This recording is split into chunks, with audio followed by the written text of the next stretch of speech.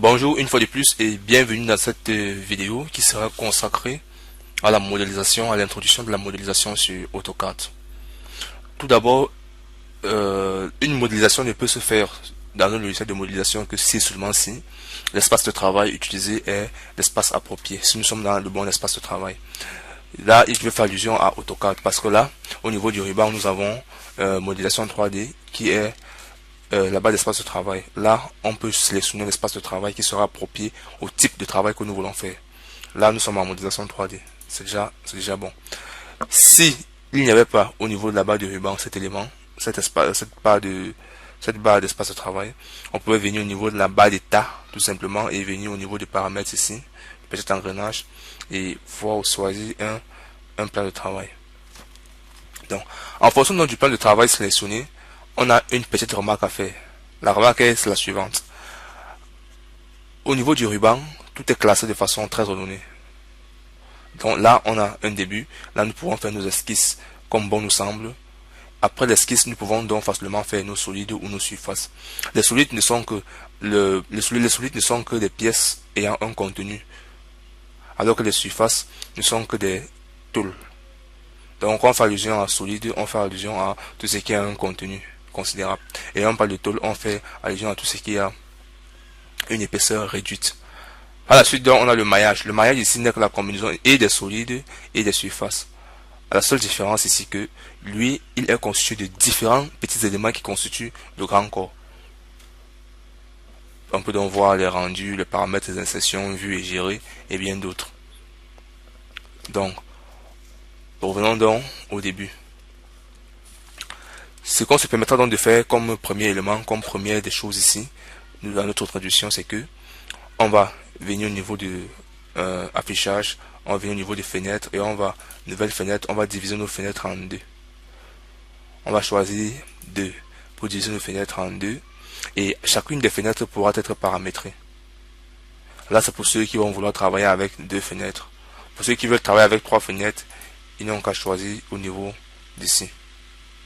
Ou 4 fenêtres, ça dépend. Voilà, ou de 3 fenêtres. Ou 4 fenêtres, ça dépend donc de la volonté de tout chacun. Donc au niveau d'ici, moi je vais choisir 2 fenêtres verticales. Les 2 fenêtres, je vais paramétrer chacune d'entre elles. La première ici, on va travailler en 2D. Et la deuxième ici, on va travailler en 3D. Donc, en 3D, donc sur cette deuxième fenêtre ici, on serait en vue réaliste, le style virtuel serait réaliste et le plan serait isométrique. Je reviens donc au niveau de la première fenêtre. La première fenêtre, on serait en 2D.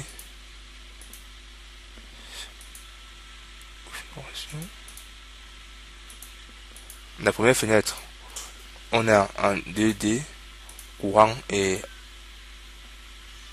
le style virtuel c'est filet 2D. Donc là, on peut donc valider. On a ici, on peut donc observer les modifications au niveau d'ici. Là, on a un filet 2D. Ici, on a un réaliste. Là, on a en vue isométrique. Ici, on a un vue de haut. Et là, on a un vue isométrique. On a un réaliste et on a un filet. Donc, pour mieux appréhender, pour que ce soit facilement compris, je vais esquisser quelque chose de très simple. C'est-à-dire, je vais faire quelque chose comme ceci. J'ai ça. Il y a cette pièce à ma disposition. Ici, en vue 2D, elle ressemble donc à ceci. En vue dessus. Donc, cette représentation ici n'est que celle-ci, au-dessus. Si je veux donc mettre un tube ici, ou si je veux donc faire un bossage ici au niveau, un téton ici au-dessus, j'ai 2 possibilités. Soit je me place en vue de haut ici, je trace un cercle sur cette face-ci. Soit je me place au niveau d'ici, en vue isométrique, je sélectionne cette face-ci, je dépose mon SCU dessus et je travaille. Donc, en passant donc par la vue isométrique, il suffit de cliquer ici et de venir au niveau des filtres, de choisir surface face sélectionner cette face-ci. Et là, donc maintenant, on peut facilement poser notre cercle.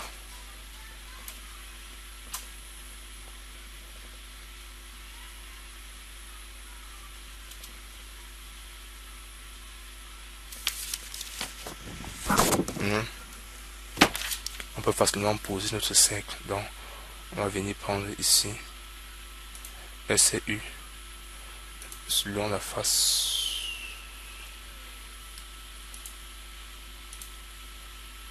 Comme ceci.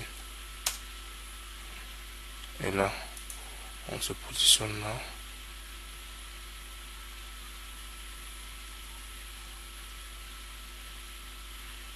On passe à 60.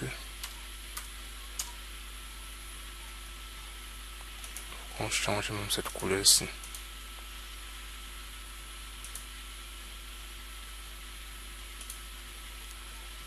Donc une fois donc obtenu ceci, une fois tracé le cercle, on peut donc faire une extrusion.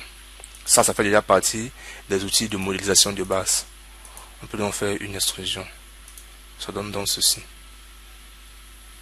Tout simplement. Là, quand on regarde en vue de haut, on voit donc, on a donc ceci. Si ici, on vient au niveau de notre première fenêtre, on se met en vue de face. Avant, on a ceci. Donc voilà ce qui est obtenu en vue de face. Voilà ce que nous avons ici en vue isométrique. Ça, c'était juste un petit aperçu pour montrer déjà quelle peut être l'importance de deux faces, de deux fenêtres dans la représentation d'un travail en 3D. Nous avons donc ici aussi le cube de navigation. En bref, chacune de ces fenêtres ici peut être personnalisée à sa guise. La seule différence de lien qui est entre ces deux éléments est que tout élément qui se modifie sur la pièce 1 ici, à la fenêtre 1, opère des mêmes modifications au niveau de la fenêtre 2. Donc là, on peut donc revenir en vue standard au niveau de affiche fenêtre existante. Nous avons ici les différentes fenêtres. Là, on peut venir sur unique et là, on valide.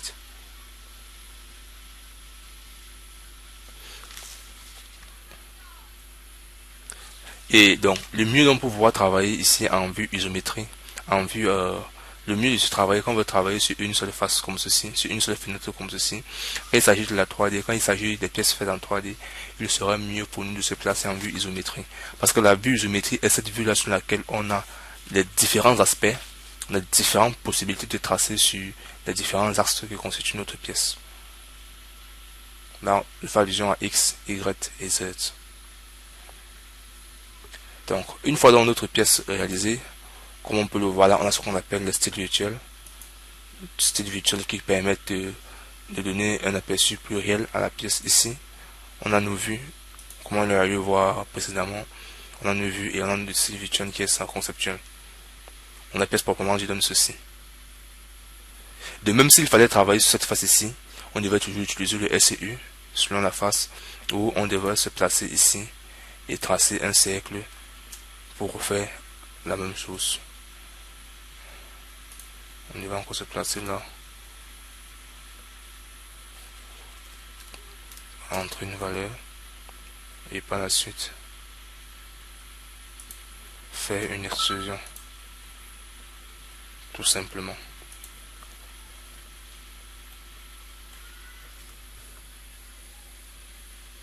À ça, on peut être ajouté les outils de modélisation ou les outils d'opération 3D, les outils d'opération 3D en venant dans modification, opération 3D, le déplacement, alignement 3D, le réseau en 3D et tout le reste. On peut même épaissir si nous sommes en surface. Et à la fin donc de cet élément, à la fin donc, on peut mettre une texture pour donner la lieu exacte, pour donner un aperçu exact de ce que, pour donner l'aperçu exact de la reproduction de ce que nous sommes en train de faire. Donc, sans toutefois tarder, donc, en entendant le vif du sujet qui est ici, comme on parle de base de 3D, sur AutoCAD, on a fait donc aux éléments tels que le lissage, l'extrusion, le balayage et la révolution. Et je vais toujours le dire, pour un début, il serait mieux d'esquisser en 2 dimensions par la suite, donc avant d'ajouter les fonctions, les fonctions de 3D. Donc on va donc commencer par le premier élément qui serait donc le lissage. Et pour ça, on va toujours commencer par utiliser les options de dessin en 2D, c'est-à-dire on va se placer là, on peut facilement se placer là, ou restons en isométrie sans souci. On peut toujours rester en isométrie. En étant en isométrie, on observe notre système de coordonnées là. Parce que ce qu'il faut savoir quand nous sommes en 3D, c'est que les bases en 3D ne peuvent se dessiner que sur X et Y. Donc si j'ai décidé de dessiner un cercle au niveau d'ici, le cercle sera reproduit, sa base sera sur l'axe des X et l'axe des Y, comme on peut le voir ainsi. Comme ceci. Si je décide de dessiner un cercle, c'est dans ce sens-ci qu'il sera donc représenté. Par contre, si je veux donc que sa base regarde dans le sol, soit sur l'axe des X, Z, il faudrait donc que je modifie mon système de coordonnées de telle sorte que X et Y, que Z soit à la place de Y. Donc, sur la version de 2012 ici, je peux cliquer dessus et cliquer là, je déplace comme ceci, le système de coordonnées. Il y a X, Y. Là donc maintenant, je peux déplacer, je peux tracer mon cercle sur la base de X, Y. Pour des cas un peu plus complexes de réalisation d'obtention de l'axe, on se retrouve en train d'utiliser ce qu'on appelle le système de coordonnées. Et là, on a un système de coordonnées général, c'est-à-dire un SU général, c'est-à-dire on remet notre système de coordonnées, on prédéfinit notre système de coordonnées comme à la base, tout simplement. Donc c'est les valeurs par défaut du système de coordonnées en mode isométrie. Donc, une fois donc compris, on va donc ici dessiner, faire notre première opération qui sera le lissage. Parce que, comme on l'a tantôt dit, la modélisation 3D n'est que le lissage, l'extrusion, le balayage et la révolution. Toute autre opération qui viendront à la suite seront tout juste là pour améliorer l'aperçu de la chose. Donc, comme nous pouvons le voir déjà, on a donc ceci. Comme lissage, on va faire élément de base. On va donc réaliser tout simplement un cône. Et ce cône donc sera donc réalisé en 2 éléments. D'abord en surface, d'abord en solide, mais après en surface. Donc, comme nous avons là, nous avons donc ceci. Dans notre lissage, ne donne que ça. Parce que le lissage, c'est quoi? En définition, si on veut définir le lissage, un lissage n'est que la jonction de 2 surfaces. Un lissage n'est que la jonction de 2 surfaces sur des plans. La jonction de 2 surfaces dont les bases sont représentées sur les plans différents. Donc nous avons un plan ici en haut, nous avons un plan en bas. C'est ça, la première fonction qui est le lissage.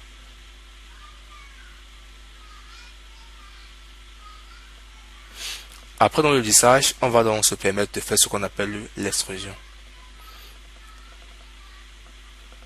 L'extrusion ici, ce n'est que la surépaisseur, donc l'augmentation de la matière selon un axe qui est toujours l'axe des Z. Si vous faites une remarque ici, il serait mieux de comprendre que toutes les fonctions de modélisation se réalisent toujours en fonction d'un axe qui est celui des Z. Donc si ici je veux faire une extrusion, donc j'ai donc plusieurs possibilités pour pouvoir exécuter ce que je veux. Je vais donc venir au niveau d'ici, prendre un cercle, toujours un cercle au niveau d'ici, prendre un cercle. Tout simplement, je le dessine comme ceci. Là, je vais le mettre dans un carré. Comme ceci.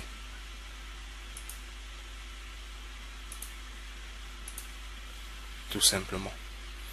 Là, donc, je fais une extrusion de cet élément-ci. En validant. Il me donne ça. Et je fais aussi l'extrusion de ce cercle. Il me donne ceci.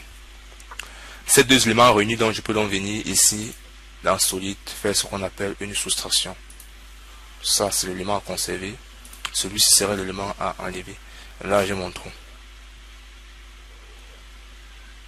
Là donc je vais revenir un peu plus derrière en disant pourquoi donc souffrir pour réaliser ceci quand nous pouvons rapidement faire ça avec l'outil appuyer et tirer qui nous permet d'obtenir ceci une fois.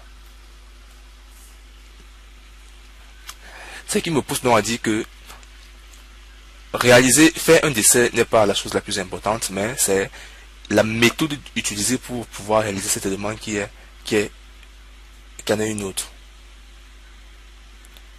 Donc, ici, nous constatons que nous pouvons faire facilement nos extrusions. Si on veut faire une extrusion sur un élément comme ceci avec une suppression, et il y a encore une autre méthode qui n'a pas été utilisée, on pouvait directement le faire à travers les régions. Donc, créer les régions et faire une suppression avant de faire une extrusion. Ça, c'est ce qui concerne les extrusions. Donc, après donc ceci, on peut faire ce qu'on appelle un lissage. Le lissage. Un balayage. Le balayage c'est quoi? Quand on parle de balayage ici, il y a la même fonction. Le balayage est sensiblement égal au lissage, à la seule différence que ici il ne se fait qu'avec une base. Et il suit pour tout le reste du temps un trajet, une trajectoire. Donc, je vais donc faire une courbe, un serpentin comme si je faisais une tuyauterie. Donc là, je me place donc ici en vue de face, en vue avant, comme ceci. Je vais donc tracer ma trajectoire. Ma trajectoire serait égale de ceci, comme ceci. Et là, je vais introduire un rayon pour casser les angles.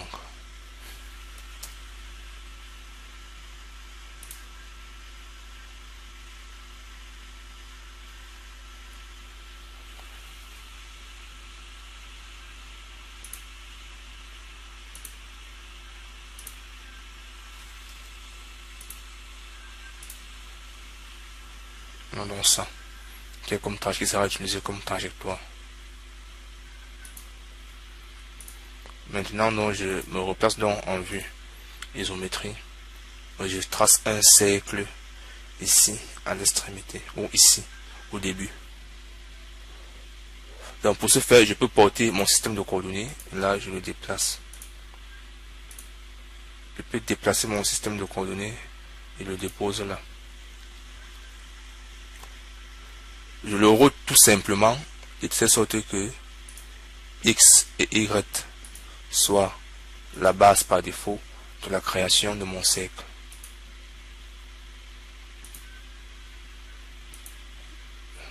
Là donc je peux faire mon extrusion, mon lissage, tout en sélectionnant l'objet du lissage et en sélectionnant la courbe de guisage, l'objet de balayage, et en sélectionnant la courbe de balayage. J'ai ça. Une des possibilités que je disais au départ, dont je parlais au départ, c'était au niveau de la création des surfaces.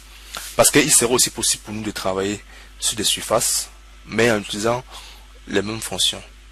Mais là, on va se fier au panneau de commande. Je vais rentrer l'action pour essayer d'expliquer ça un peu de façon très rapide. Là, je veux faire une surface. J'ai une possibilité, si c'est un tuyau, je peux venir dans surface et venir faire balayage. Je sélectionne cet élément-ci, qui est l'élément de base, et je sélectionne celui-ci, qui est trajectoire. J'ai ça. J'ai ce tuyau.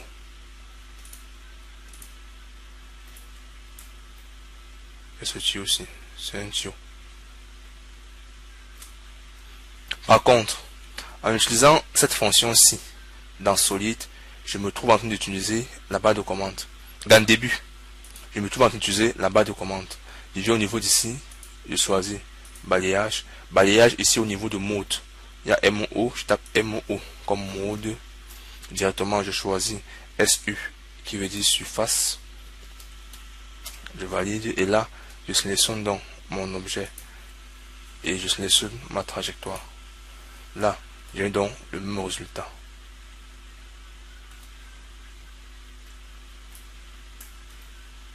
Là, le même résultat.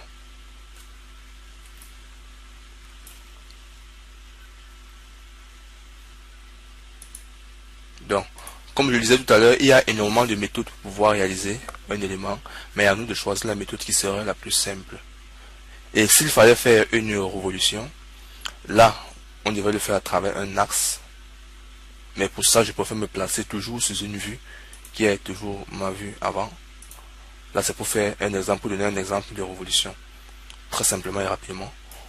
Là, je peux faire ceci. Là, je peux faire ceci.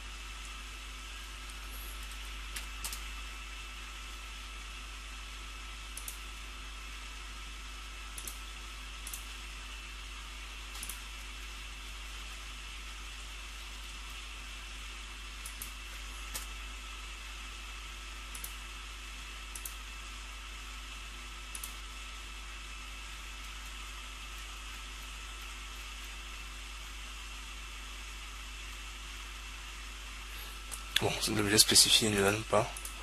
Ce qu'on va faire.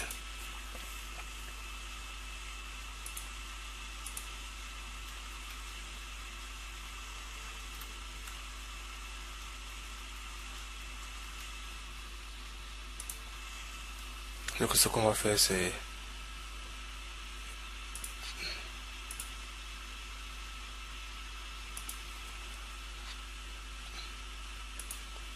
travailler simplement comme ceci.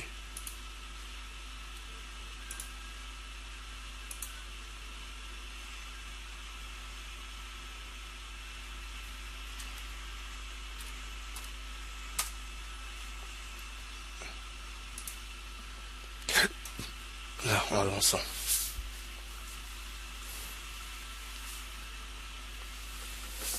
Donc, on voit donc que là, on a nos éléments. On a pu faire notre révolution. Notre possibilité avait été d'être, avait pu avait pu être fait avec la surface et après d'épaissir, tout simplement. Donc, on aurait donc d'amples vidéos qui seront donc un peu d'un petit module qui seront faits donc pour essayer de complémenter cette vidéo, c'est-à-dire des modules qui vont nous permettre de travailler rien que sur la surface, rien que sur les solides,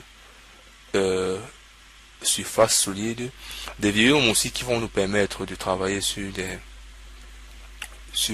autres éléments, le rendu et tout le reste, et bien d'autres éléments, le style virtuel et bien d'autres, comme là on peut bien voir, ou aussi au niveau d'ici, attaché par calque, les textures, chaque texture attachée sur un calque bien précis, là comme ceci, tout simplement. Donc merci pour ce précieux temps que vous avez mis à notre disposition, et à la prochaine dans des modules donc de spécialisation des fonctions de modélisation 3D sur AutoCAD sur le site du débutant. Merci.